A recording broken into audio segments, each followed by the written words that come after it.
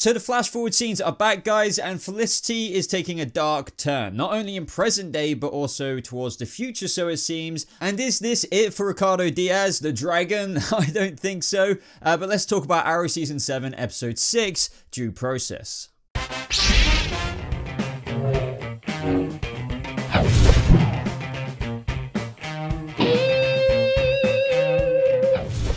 What is up, Vigilantes? Welcome to an Arrow review and breakdown of Season 7, Episode 6, Due Process. Now, this episode was pretty good. It set up a lot of things for, I don't know, future episodes to come, not only in the flash forward scenes, because those were very interesting, but also a lot of stuff in present day, because for the longest time, a lot of people have been double guessing Stanley, saying, is there more to him? What if he was the demon? What if he's working for Ricardo Diaz? And then that moment at the end is definitely a bit like, finally, they've actually given the audience something to do with Stanley, and that there is more to him that meets the eye. But anyway, guys, let's get into the specifics of this.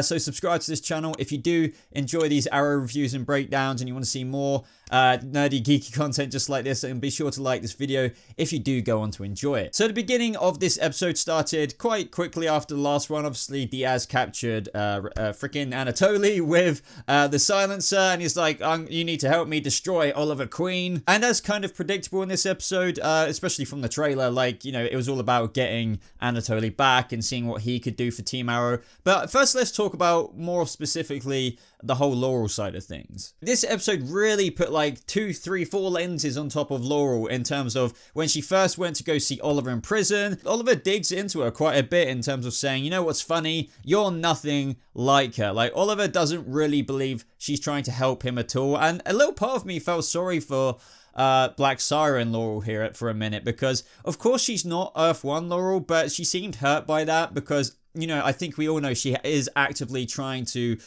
make some kind of effort to be not necessarily like Earth 1 Laurel, but better. And just hearing that from somebody like Oliver, the guy she's trying to help, and who looks like just like somebody she lost on Earth 2, because, you know, her Oliver died, it was a bit like, oh man, is this gonna reverse, you know, the momentum we've got going with her redemption? Please don't do something like that. And then fast forwarding to that little briefing that Team Arrow were having, and Diggle didn't want her in the room, and Felicity was just like to Black Siren, you know, he doesn't know the new you. It was just constantly poking into our faces this episode. Consistently, Laurel was trying to turn over a new leaf more than ever. Right now, she's trying to be better. And the highlight of her story this episode in a couple of moments was, of course, when she went to see the judge, and I was just like, oh man, this is just so obvious. Like, not only does anyone can find out that Laurel was Oliver's friend in real life, but away with the nitty-gritty side of it, she said a couple of things that, as Dinah said, came from her heart. Just like, you know, the hardest thing to do is to be a hero when no one expects you to be, when the easier path is to be a criminal, or something like that. Now, that couldn't be more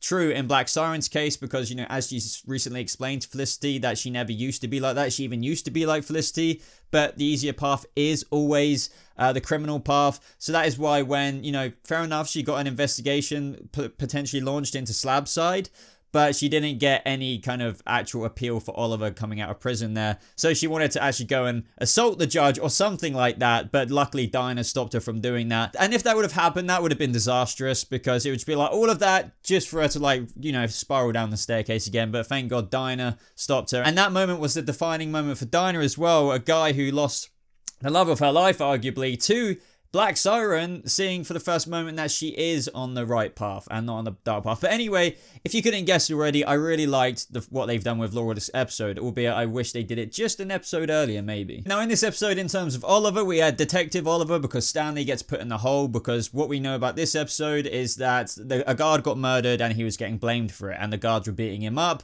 because that was one of their friends. And, you know, Stanley acting so innocent, almost too innocent in all of these episodes so far. Everyone has been thinking for the longest time that there's been more to him. And you know, in this episode, Oliver finds out that it was Bronze Tiger through finding that blade in the showers that, you know, Bronze Tiger has been using. But, you know, the second you see Bronze Tiger getting dragged away from guards, you know that it isn't him. You just know it isn't him. And I think Oliver's even like, wait, did I just make a wrong decision? So I like how that made Oliver second guess there, especially with that ending scene with Stanley, which I'm just going to talk about now, when he's like, how did you know it was, you know, Bronze Tiger's knife? Like, how? And he's like, oh, I must have heard it from some. Really, Stanley? Like, just acting so innocent there. So I think like a lot of people have predicted, I don't know how deep this is going to go, whether he's like working for Diaz or just trying to screw with Oliver because he's his own kind of weirdo. Who knows? But this all but confirms that Stanley is up to no good. Is acting eccentrically, you know, good, well-behaved and a fanboy of the Green Arrow. So maybe, you know, Oliver did something to Stanley so long ago that he can't even remember. And there's like some kind of interesting little revenge thing going on here. I don't know. I would love to know your ideas down in the comments below of that. But I'm glad that this episode already teased us with that because, you know, how much longer was this Slabside stuff going to go on for anyway? And, you know, I think that this marks the sort of near end of that, especially with the whole court stuff going on in this episode. And, you know, what we got that tease with from Laurel at the end with trading Diaz for Oliver. Now, I'm going to talk about most of the flash forwards right now. It was very, very interesting to see what Felicity has, you know, become in the future. As William puts it, you know, she's like this Overwatch of evil. But does anyone else just think like me in the sense of, is this just a bit too believable? Like, you know, really, is Felicity going to be that evil and that's it? Or is she just really trying to foil the plans of what we found out in this episode, where plans in her actual hidey hole room, which were consisting of plans to level the whole of Star City?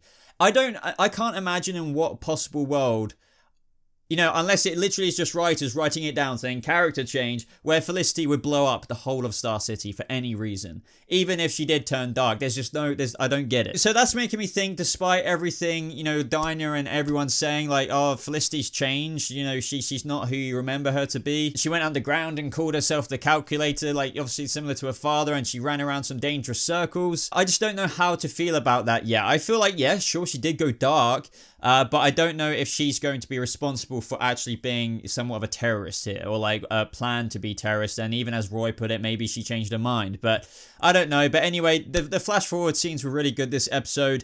You know, I like it when Roy had to do the Oliver training thing and, you know, shoot those, well, hologram, not even hologram, little target tennis balls, whatever they were, like Oliver used to do. The only thing is, again, I do want to raise the point of what I covered in my do the flash forward scenes in Arrow hurt the show video. I think it's titled something like that, but give that video a watch. It's not jumping on that, oh, I hate the flash forwards bandwagon or anything like that. It's just, as cool as these flash forward scenes are, which I totally love them, at the same time, it does take away a lot of consequences and tension with these characters in the future when you kind of know exactly what is going to happen with them. But as Beth Schwartz said as well, in terms of what the flash forwards are for, she described it, and I'm paraphrasing here, about how the characters' decisions of the present day are impacting their future, like, or what they will become in the future. And if there's one thing that this episode highlighted as strongly as Laurel's redemptive arc, is that how dark Felicity was going. She was willing to, when, you know, Anatoly was saved and then went in on that other mission with the USB, she was like willing to get that data for a minute, and Dig was like, look,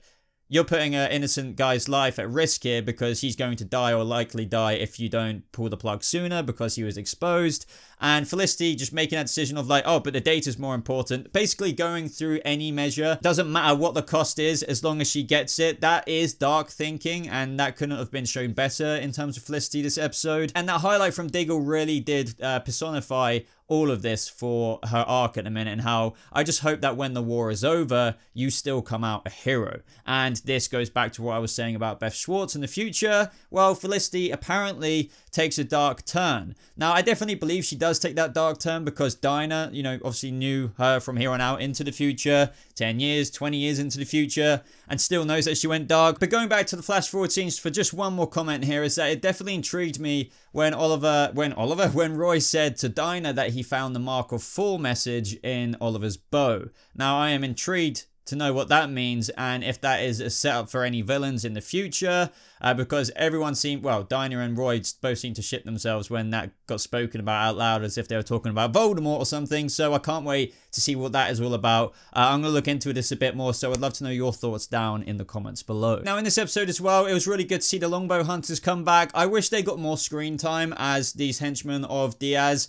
I like how they kind of left him, though, because arguably they could have done a pretty good job at fighting Diggle and everyone still when, obviously, the Copycat Green Arrow arrived and Diaz was knocked out on the floor. But anyway, Copycat Green Arrow comes down. I was hoping there'd be more to the Copycat Green Arrow this episode other than that just tiny fight scene that we got. I thought that maybe he or she would be in trouble through fighting Diaz, but the Copycat Green Arrow absolutely slayed his ass. So jumping forward to Diaz now, is this really it for him? No, obviously not. Now this is a little bit of old news now, but he got up to a series regular role, so he's going to be in literally most of the season, so this isn't the last of it for him.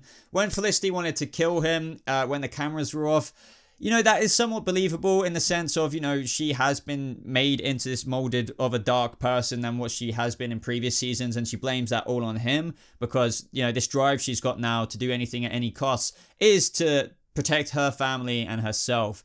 And that wouldn't have been the case if it wasn't for him. But what I loved about this scene is Diaz. Diaz was just brilliant. He was not taking her seriously at all. He was not fazed that she had a gun to his face. Even when he made her jump, when he taunted her, that was just hilarious. But yet again, going back to the Laurel thing this episode, which was another extremely focused on thing. If it wasn't for her, maybe Felicity would have made that timeline change of actually shooting him there and there. So thank God for Laurel walking in there and stopping her once again, like she did a couple of episodes back, or was it an episode? I think it was 2 episodes back or an episode back. I don't know. But yeah, she originally stopped Felicity from torturing the silencer. Now Black Siren stopped Felicity from killing Diaz.